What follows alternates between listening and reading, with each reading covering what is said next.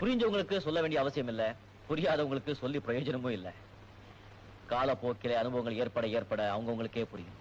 தவழ்ந்து காலில் விழுந்து பதவியை பிடித்த எடப்பாடி பழனிசாமி இந்த தன்மான மிக்க ஒரு விவசாயினுடைய மகனை பச்சையின்களே 10 ஆண்டு காலம் கையெழுத்து போட்டு ஒரு பைசா வாங்காத இந்த அண்ணாமலையை பற்றி சொல்வதற்கு எடப்பாடி பழனிசாமி என்கின்ற எந்த விதமான அதிகாரம் கிடையாது.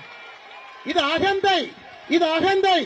2026 புரட்சி தலைவர் நடத்திய இந்த கட்சி இது இருக்காரு.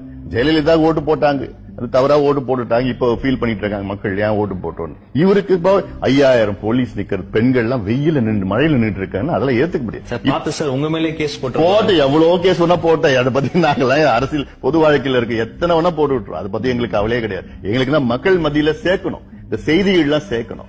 பொலிட்டிஷியன் மேல கேஸ் போட்டா பரவாயில்ல, ஒரு கார்ட்டூனிஸ்ட் இது தவறானது. பாலா மேல பிஞ்சு ஒரு வாரம் ஆச்சு.